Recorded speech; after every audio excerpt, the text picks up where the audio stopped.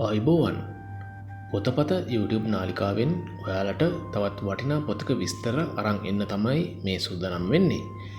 අද අපි තෝරගත්තා අරලියමල් ආරාමය කියන කෘතිය. දයාවර පාඨක ඔයාලා අතර තවම පොතපත YouTube නාලිකාව subscribe කරපු නැති කෙනෙක් ඉන්නවා නම් අමතක නොකර අපිව subscribe කරන්න කියලා ඉල්ලන්නේ බොහොම ආදරයෙන්.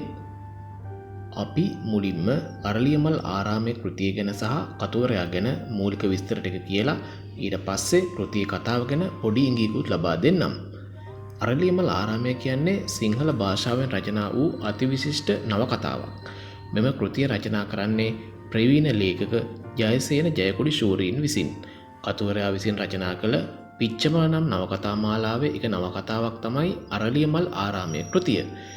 කෘතියේ කතුවරයා ගැන පොතපත ප්‍රේක්ෂක ඔබට අමුතුවෙන් හඳුන්වා දිය යුතු නෑ. මොකද ඔහුගේ පරසතුරු කෘතිය සහ අස්වැන්න කෘතිය පිළිබඳ වීඩියෝ වලදී අපි කතුවරයා ගැන විස්තර අරන් ඇවිත් තිබෙන නිසා.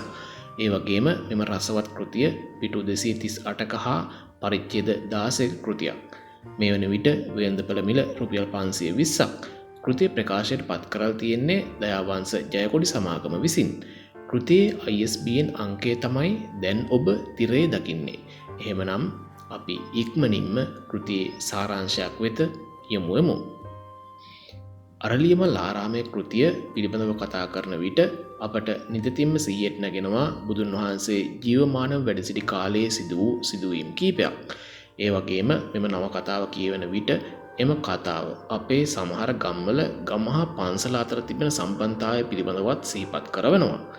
කෘතියේ ප්‍රධාන චරිත වෙන්නේ ගමේ පන්සලේ ලොකු හාමුදුරුවෝ වන රාහුල හාමුදුරුවොත් ගමේ යමකමක් ඇති පවුලක රූමත් දියණියක් වන සුමේදාත් පැවිදිව සිට පසුව ගිහි බවට පත් වූ නන්දරතන මහතා ඇතුළු චරිත කීපයක්. අපේ ගම්වල ගමත් පන්සලත් අතර විවිධ ආකාරයෙන් සම්බන්ධතා පවත්වා ගන්න සියලුම චරිත මෙම කතාව තුලත් අන්තර්ගතයි. ගමේ පන්සලෙන් බොහෝ දෙනා බලාපොරොත්තු වන දෙය පන්සලක සැබෑ අරමුණින් බොහෝ දුර ගොස් තිබෙන බව තමයි කතුවරයා කෘතිය රචනා කරමින් කියන්න උත්සාහ කරන්නේ. සුන්දර තරුණියක් වන සුමේදා පිළිබඳව චෝදනාවකට ලක්වන රාහුල හාමුදුරුවෝ ඉන්ද්‍රකීලයක් ලෙස නොසලී වැඩ සිටිනවා. නමුත් මෙම චෝදනාවල සත්‍ය අසත්‍යතාවය දන්නේ කවුරුන්ද? ගමේ පන්සලේ ඇබිත්‍යාවගේ සිට පන්සල අවට ජීවත් වන මිනිසුන් සහ සමස්ත ගමේ මිනිසුන් අතරින් එඩිතරව ඉදිරියට පැමිණෙන්නේ කීයෙන් කී දෙනාද? ඒ වගේම තවත් පන්සලක අයිතිය තමා නමට ලියා ගන්නට මාන බලන ස්වාමින් වහන්සේ සමග බලන විට ගිහියෙකු නන්දරතන මහතාගේ ජීවිතය කොයිතරම් වැදගත්ද? මේ සියල්ල දැනගන්න නම් ඔබ කියවිය යුතු අරලියමල් ආරාමය නම් රසවත් නවකතාවයි.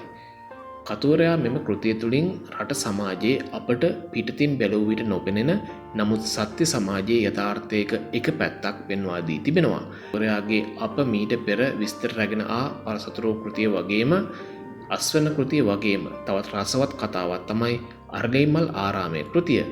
කෘතිය කියවන්න හිතන කෙනෙකුට රසයට බාධාවක් වෙන එක නවත්තලා නමුත් කෘතිය ගැනත් පුංචි හෝඩුවාවක් ලබා දෙන්න මා ඔබට මෙයින් පෙන්වූ දිශාව වැදගත් වේයයි මම විශ්වාස කරනවා. එහෙමනම් ආරාධනා කරනවා නවකතා කියවන ඔබ සැමට නොවැරදීම මෙම අරලියමල් ආරාමයේ කෘතියද කියවන ලෙස.